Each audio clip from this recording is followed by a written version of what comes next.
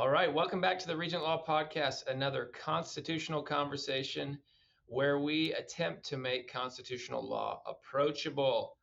Professor Edmonds, Oh, Christian, are you going to? We've got another case. What's the case? so this is a fun one. Trump v. Casa Inc. So Casa is Casa de Maryland. That's just an advocacy group, and there's a lot of other people involved with the case. So just a tidbit. Anytime you see a case and it says et al., there are a lot more people involved than the name that's there. Okay, so we have a lot of people Yeah, who had a problem with something. that Um, a problem with something President Trump was doing. okay, so let's. What are the facts of the case? What did he do? What is Yeah. this based on? Okay, so let's break it down. President Trump, when he entered office in January, as many presidents do, or all presidents do now, executive orders like crazy. All right, Okay. and one of the executive orders was saying we are no longer going to recognize what's called birthright citizenship. Many of our listeners have probably heard about this in the news because it was a polarizing, controversial executive order. Let me just explain it quickly. The 14th Amendment, which we talked about in the previous episode, I'll send you to the Skirmetti episode if you want to hear about the 14th Amendment. It talks about that people that are born in the United States or citizens of the United States, if they're subject to the jurisdiction thereof, and we won't get into that. Okay, that's the whole legal argument there. If So any person is born if you're in the born here, borders of America, you're an American the citizen. practice for a long time has been that if you were born here, you're a citizen of the United States. Okay. President Trump is saying we are not going to recognize that citizenship status if you are an illegal immigrant or here on temporary status for various subject to jurisdiction thereof. That phrase, that's what they're honing in on, and we don't need to get into that. But that's what President Trump did. He issued this executive order. Obviously, then groups like Casa de Maryland, pregnant women, all kinds of individuals brought suit seeking to enjoin, and I'll talk about what that means, seeking to enjoin the executive order. So when you hear, our listeners, when you hear, oh, there was a preliminary injunction, I understand. What does that mean? An injunction in legal terms is an equitable remedy, meaning it is saying you can no longer do something. President Trump, you want to implement this executive order. You don't get to do that anymore. You must stop acting. And a preliminary injunction is when this happens before the suit really has even started. Like a lawsuit is brought, immediately you ask for a preliminary injunction, and it's before the merits have been looked at, the actual substance of the case. So that's what was going on here. And all of these plaintiffs said, we want an injunction. You can't have, we can't have this, executive order put into action. There were three federal district court judges that said, you know what, plaintiffs, you're right. We're going to issue an injunction telling President Trump he can't do this. But the thing that's unique about this case is it's not just an injunction for, the district of, whatever district court it was. It was a nationwide injunction. Okay. So you have a district court judge which only has jurisdiction over a portion of a state. Exactly. Saying, President Trump, you cannot do this. We're going to do an injunction for the entire country. Yeah, and what we've seen, the term for them is nationwide injunctions. The court actually calls them universal injunctions here. And so you've got all this going on, and you see this case, birthright citizenship, really controversial, substantive issue. The court did not grapple with that issue at all. That substantive issue of, is President Trump's executive order constitutional? There are arguments on both sides. It's a very hotly contested issue. Court didn't touch that.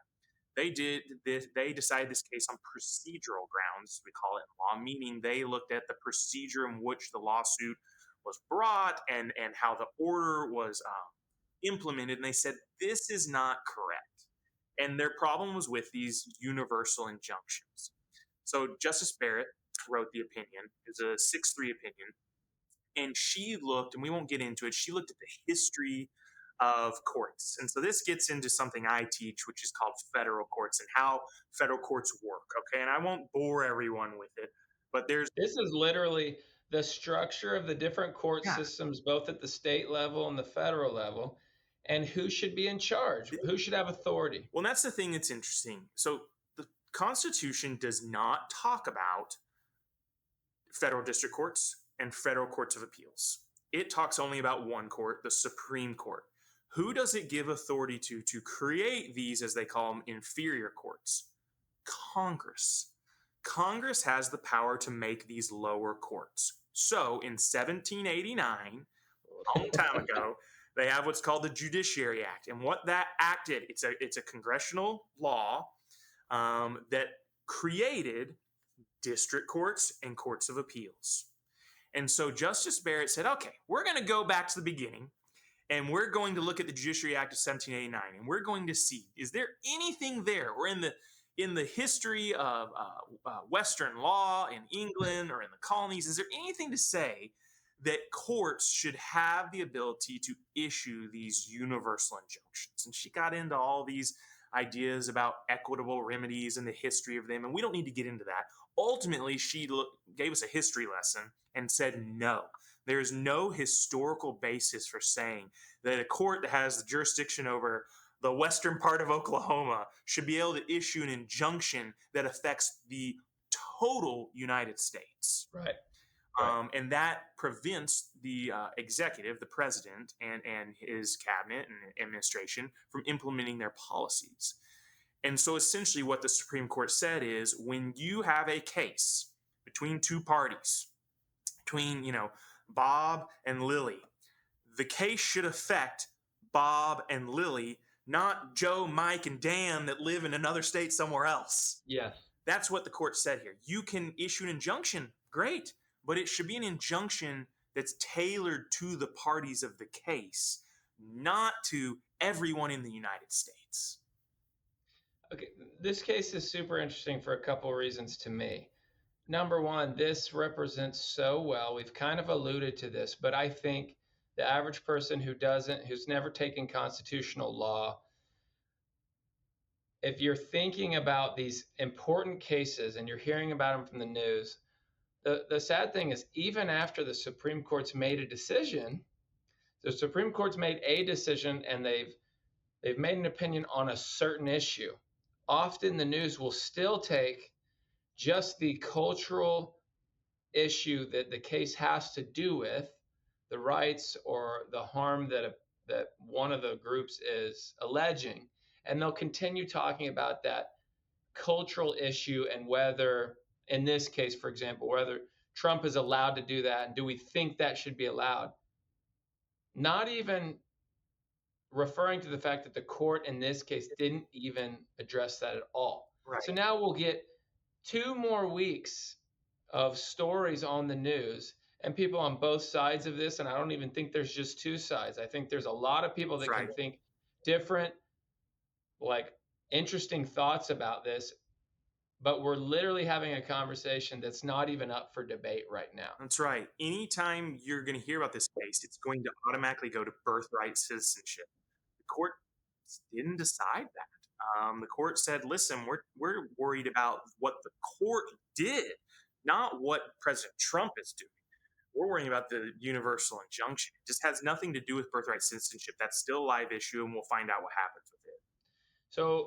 So what does this mean moving forward or currently? Maybe it's not finalized. What does this mean for universal injunctions, for lower court judges trying to put a stop to things nationwide?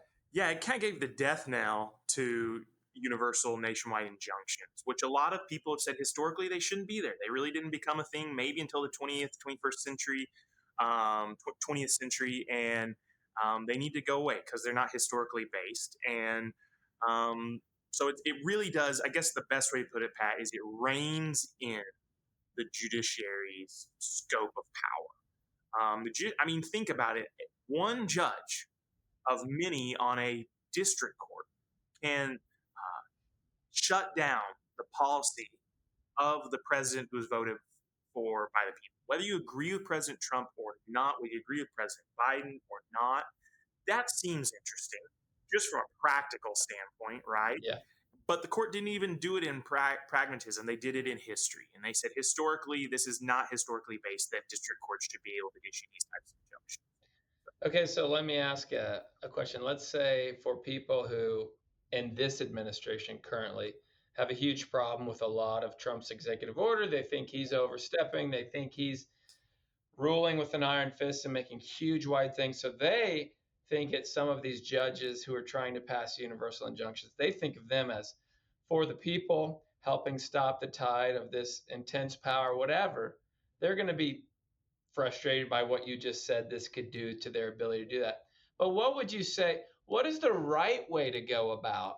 Because it's not that, for example, birthright, it's not that, well, that's settled and Trump's things pass forever. Like, how can you go about the right way trying to go against whether an executive order is constitutional? Well, and I think some of the concurrences in the opinion from Justice Thomas specifically highlight this does not, um, you can still get what would be considered universal injunctions, but they're going to be in a different mechanism. So we've all heard Right. of what a class action is, right? It's where you know hundreds to thousands of people join in action, right? We have like you've heard of probably like actions with Roundup and things that these asbestos, right? We've all seen the commercials for Yeah. asbestos. Okay, you can join these class actions and be a party to a lawsuit of thousands of people, and then it affects all those people. And so the court said here, listen, with class, you can bring a class action where maybe there are, you know, 10,000 plaintiffs. What's going to have a much broader effect than it would in the circumstance of just having one to two plaintiffs in, I keep talking about, and they're not even really the case, but in like the Western District of Oklahoma, right? So there Right. are ways for injunctions, orders from district courts to have a broad scope and reach. It's just not going to be through the mechanism of, oh, I'm going to issue an injunction and it's universal and applies throughout the country. It has to be done through class actions. I won't get into the details, but the APA, Administrative Procedures Act, bringing actions in states. There are other ways that you can do this. So this just prevents one means to doing it. And the thing I would say to people that would be frustrated with this opinion, try the shoe on the other foot, right? It's Yeah. what if it's a Biden policy that's trying to be that's being implemented and a nationwide injunction is issued. Here's a great example, Pat. A lot of people were in favor of President Biden's student debt relief. And what happened? A conservative state chose to try to get an injunction, and it was given, and that was a nationwide injunction that paused that policy. Very same to this, but Yeah, on different sides of yeah. ideological aisles. And so you saw a Eastern District of Missouri, actually go one way, but the Eighth Circuit put that only represents the middle of the country, put something into play that impacted everyone.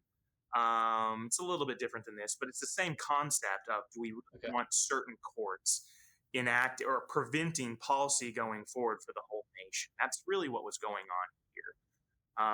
It reins in courts, yes, it does, but it reins them in whether the president is President Trump or President Biden. So same thing. Awesome.